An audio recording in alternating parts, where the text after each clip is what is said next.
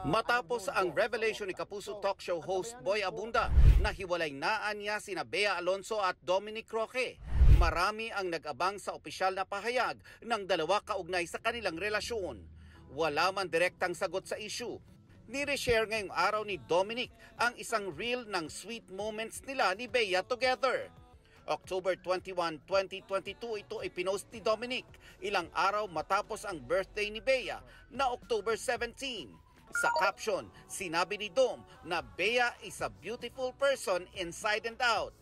Kaya pakiusap niya, tigilan na ang hate, negativity at pambabash. July 2023 nang mag-propose si Dominic kay Bea sa isang pictorial. Nang sumalang si Bea sa GMA Integrated News interviews noong Oktubre, sinabi niyang ine-enjoy pa raw nila ang kanilang engagement. Wala pang solid na plans. But yeah, we're talking about it. It will be next year. Matapos ang 4 na buwan, Alam mo, wala pa talaga. So, I can't tell you anything just yet.